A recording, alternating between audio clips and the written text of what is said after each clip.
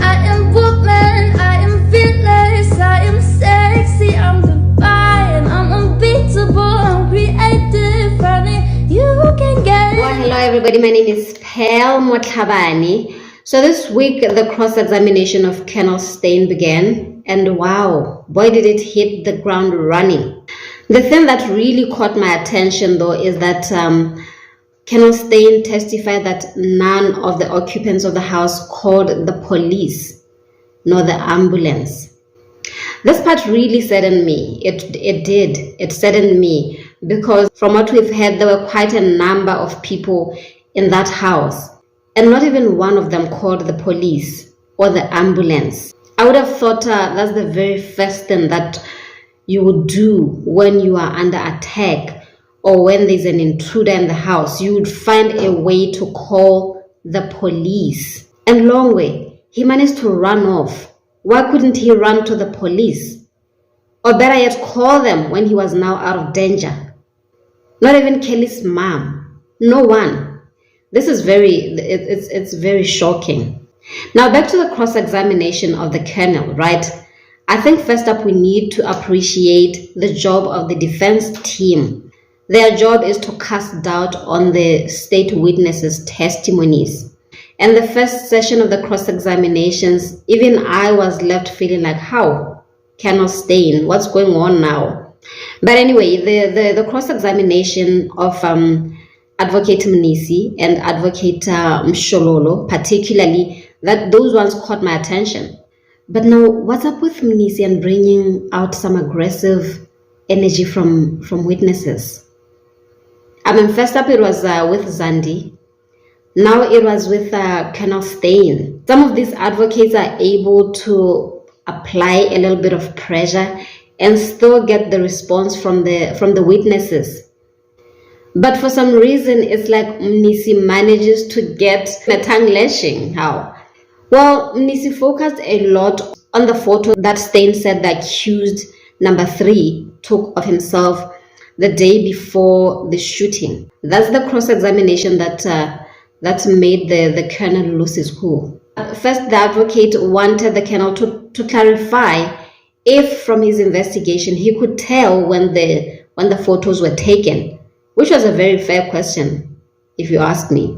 He wanted to check if the colonel's method can be able to verify the dates on which the photos were taken, to which the colonel could not validate for sure because he got those photo downloads from the investigating officer.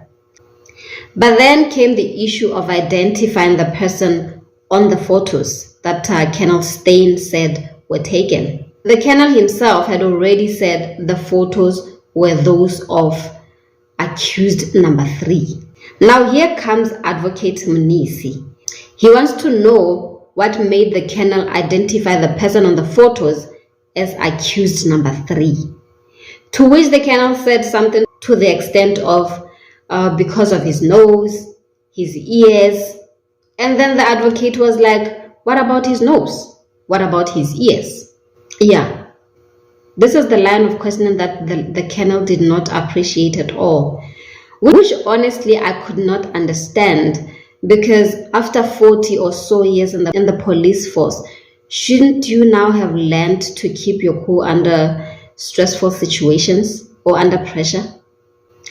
And then came the issue of the accused's skin color. The colonel refused to be pulled into validating the accused's skin color. I was a bit lost again, because if someone is a black person on the photo, it doesn't matter which shade of black, whether they took the photo in January, in December, whether they were at the beach at the time or in the sun, you'd still see a black person on the photo. Maybe the people who know law or the lawyers can help us understand what angle this was. Because for some reason, Mnisi was seriously trying to make a point on the skin tone of the accused, to which the colonel was not having any more of the photo identifications. He refused.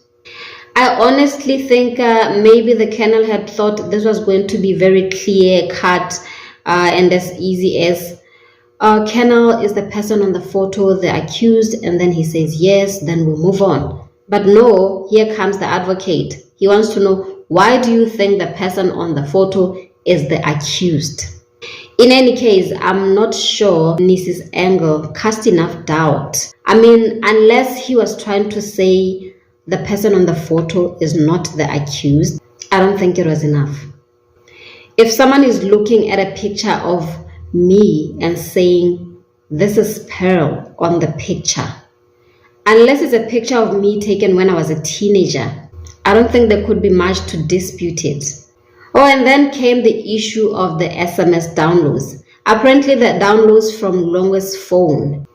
They said SENZO was shot in front of them. But how could Longwe have known that?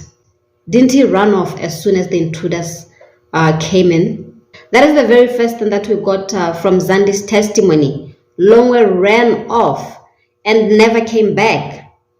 So how could he have known that? How could he have seen that bit? Which makes you wonder, how is the Colonel's phone downloads implying that Longwe was still in the house at the time of the shooting? One of these two testimonies is falling short of the truth, for sure. Then came the issue of the calls made by accused number 5 to Kelly Khumalo. The Colonel himself confirmed on the record that calls alone, without knowing the details of the conversation, are not an offense. And that from his investigation, he did not get proof from the service provider that the number that was used by accused number 5 to call Kelly Khumalo actually belonged to accused number 5. I had assumed that the first thing that you do to establish ownership of a number is to check with the service provider as to who the number is registered to. I thought that was the first point of verification, but the Colonel didn't think to do so. And based on the investigation that the Colonel did, he could not say for sure if there was any evidence of conspiracy between accused number 5 and Kelly Khumalo. Then came Advocate Mshololo, questioning the qualifications of the Colonel. She wanted to establish the nature of the qualifications that the Colonel had on his CV. Was it diplomas? Was it degrees, certifications? Good questions though. And it turns out those were certifications, you know, the 1 week, 2 week, 3 week certifications, which are not wrong, especially when coupled with many years of experience, as the man has indicated. He has 40 years of experience. But it's not the same as having a degree in forensic investigations or a diploma in this or that, you know. Now I could appreciate why his CV had all those 90 or so courses listed on his CV. Well, the defense certainly came ready to push back on this one. But you know, with the level of engagement that the judge has shown and his line of thinking when he engages, I'm still a bit hopeful. Some people didn't seem to appreciate his engaging at some point.